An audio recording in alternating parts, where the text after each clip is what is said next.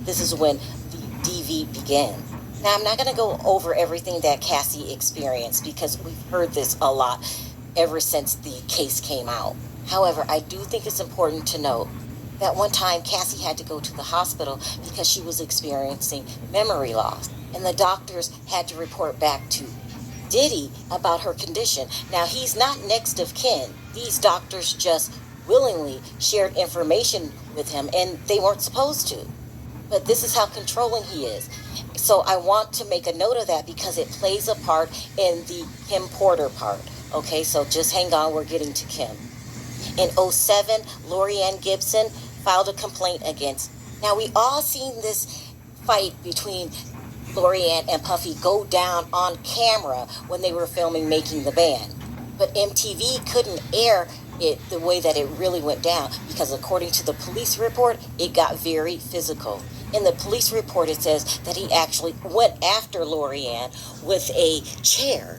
Let's fast forward to 2012 when Cassie was trying to get out of the relationship with him and start dating Kid Cudi. Now, we have all heard this story where he actually blew up Kid Cudi's car with the threat that next time you will be in that car. Now, let's fast forward to 2015 when Justin went to UCLA and played football there. Rumors are that Diddy was going around acting like he was a coach. He would be on the field. He would call plays. Until one day, coach took his son, Justin, out the game because that's what coaches are allowed to do. They are allowed to say who's going to play and who's not going to play. However, when he took Justin out the game, the rumors are P. Diddy lost it. A motorcade leaving UCLA campus transporting Sean Combs, aka Diddy, to the men's central jail in downtown LA after campus police say Diddy was arrested for assaulting one of UCLA's football coaches with a kettlebell, a type of weight. Police say Diddy is facing 3 counts of assault with a deadly weapon, 1 count of making terrorist threats, and 1 count of battery. Now, the rumors are that Diddy was facing some very serious time. And I'm pretty sure at this point you can guess what happened next. Yes, Diddy paid him off. UCLA and the coach decided to take the money and drop the charges. And then after that, he posted this picture of the football team with the caption that says, "We won." Now let's fast forward to 2018 when Kim Porter passes away suddenly at the age of 47. Now, according to a man named Ed Winter, he was the first coroner to do a report on Kim. And in his autopsy report, he says that Kim lost her life due to poisoning. So he labeled her death a homicide. He also said that he had to report his findings back to Diddy, who is not next of kin. He did the same thing to Kim that he did to Cassie. He has all of their doctors report back to him. And they do it for whatever odd reason it is. They do it. So after Ed finds out his findings, he reports him to Diddy that she didn't die of natural causes. Yeah, she was sick, but she was feeling better. So after he tells Puffy, this is what's in the report, these are my findings, he gets fired the next day after 35 years of being in the business. That's when he realizes, allegedly, that he was fired because of his findings and P. Diddy didn't want that out there.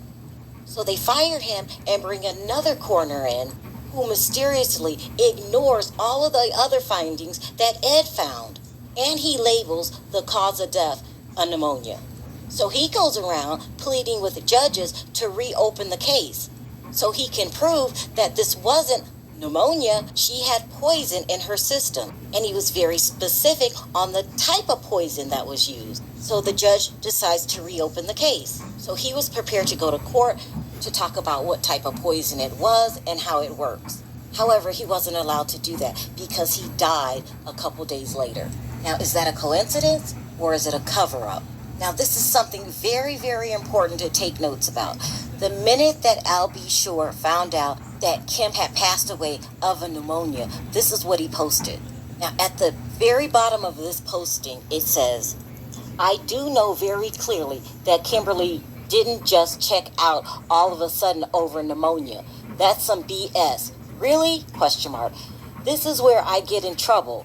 We just celebrated our son Quincy's New Deal and Christmas special with Netflix, and she was in a fantastic health, as well as laughing, seeing me and Diddy mutual exchange at the theater. I'm going to leave it here.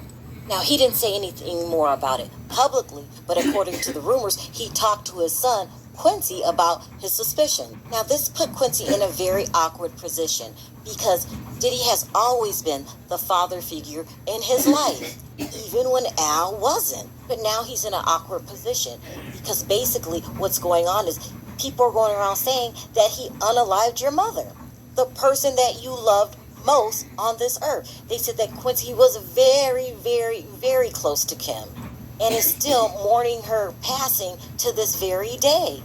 They're saying this is weighing on him heavily, and this is what's leading to depressions, among other things, like losing your mother.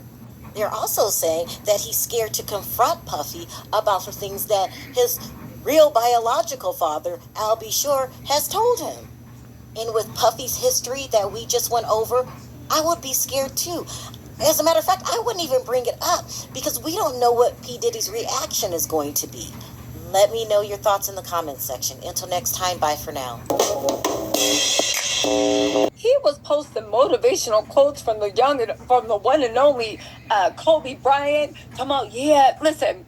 And the quote he was posting was the one that everybody posts when they down bad. On top of that, Diddy had the nerve to jump out the car with Justin and Kristen. We're going to go live later on and talk about this because, y'all, Diddy, I never thought would say it. It looks like that whole facade about him being the perfect father is over because he's throwing his youngins to the wolves. But it's not over. Why did they pop out? Because Little Rod came out and claimed that Diddy has compromising video footage of several powerful people in the music and politics, and that he secretly took during his freak off parties. Baby, listen, if I was Diddy, I'd be worried.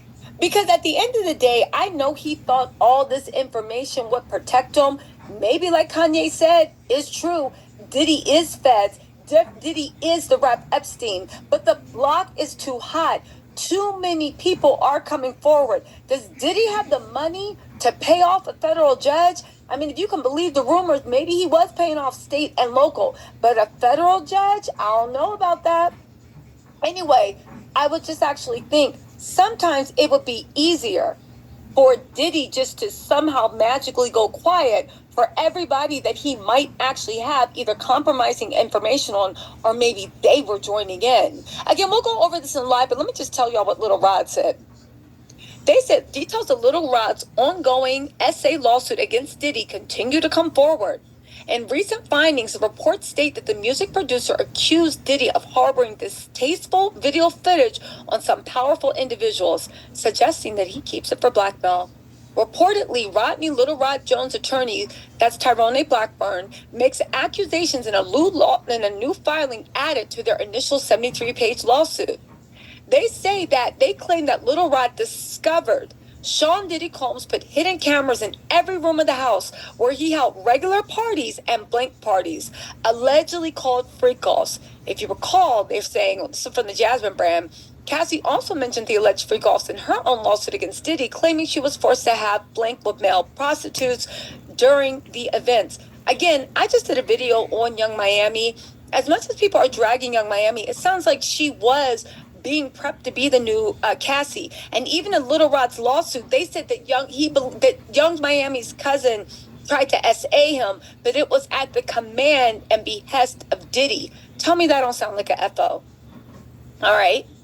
According to Little Rod, footage from the parties allegedly captured big names in the music and politics participating in the events. Specifically, Little Rod's attorney, Tyrone Blackburn, claims there is certainly footage of Universal Music Group CEO Sir Lucian Grange and former CEO of Motown Records, Ethiopia Habtemariam, saying while living and traveling with Diddy, Little Rod discovered that Diddy has hidden cameras in every room in a home. Little Rod believes that Diddy has recordings of Lucian Charles Grange, Ethiopia Habtemariam, as well as other celebrities, music label executives, politicians, and athletes. He said these individuals were recorded without their knowledge and consent, and is the case with the homosexual blank tape of Stevie J that Mr. Combs is providing to Little Rod. Diddy possesses compromising footage, compartment. What do you call that stuff that the KGB used to blackmail people with? Anyway, compromise. Okay, whatever. We'll get back to that, right? He possesses compromises footage of every person that has attended his blank off parties and his house parties upon information and belief due to the treasure trove of evidence he has in his possession. He has reason to believe that he might be in some danger. Now, let me just say this, because it needs to be said. I wonder if they're freaking out at Universal Music Group, because they haven't said anything publicly. And here's the thing. If Little Rod was just making all this up, it would be easy to, in discovery, find out this is all fake and then, go after Little Rod. But the fact that they haven't even said anything, the fact that we haven't got to discovery, it makes me think, especially if these people knew they weren't being taped. But here's the tea. And we talked about this in my last live. Go look at it if you want to see it. I think that even though Diddy is being selfish and pulling everybody down with him, I think he's kind of in a free-for-all. I think the people around him need to cut him loose, because it's not just Diddy and these people. You realize that there are morality clauses in every single contract, I would imagine. And you realize that's how they got Kanye with Adidas. And you realize morality clauses go both ways. If I was an artist at Universal Music Group, especially since they pulled my stuff off of TikTok, I would 100%, first of all, I would band together, right? Or maybe not, right? But I will 100% demand to know, did $1 of any of that money go to freak-offs, go to paying people to supply hookers, go to inebriating minors, go to any of the crazy stuff alleged? Because if any of that is true, and I mean just one iota, anybody that has a bad deal with Universal Music Group, and apparently a lot of artists don't like their deals once they start making money, right? That's the perfect excuse to get out of their claws and either go to another label or to go independent. Kanye just went independent, and he proved that it is indeed possible. So where are we at? Diddy's running scared. Little Rod got him on the ropes. He says that Diddy secretly recorded people. Little Rod is also alleging that not only does he have access to those hours of video footage, don't ask me how, but he also knows for a fact that Diddy, he's accusing Diddy of being involved in the shooting of one of Justin's good friends, G. Let's also not forget that, to me, that was wrapped up in a little bit of an Easter egg and a little bit of a promise, not a threat. Because here's the thing that everybody's missing. If you guys don't know, Little Rod said that he was in the Chalice recording studios in Hollywood. He was sitting 2 feet from the door, from a bathroom that Diddy, Justin, and G were in. He heard gunshots ring out. He was so scared. He had to carry G to the hospital. The ambulance, why he bled out.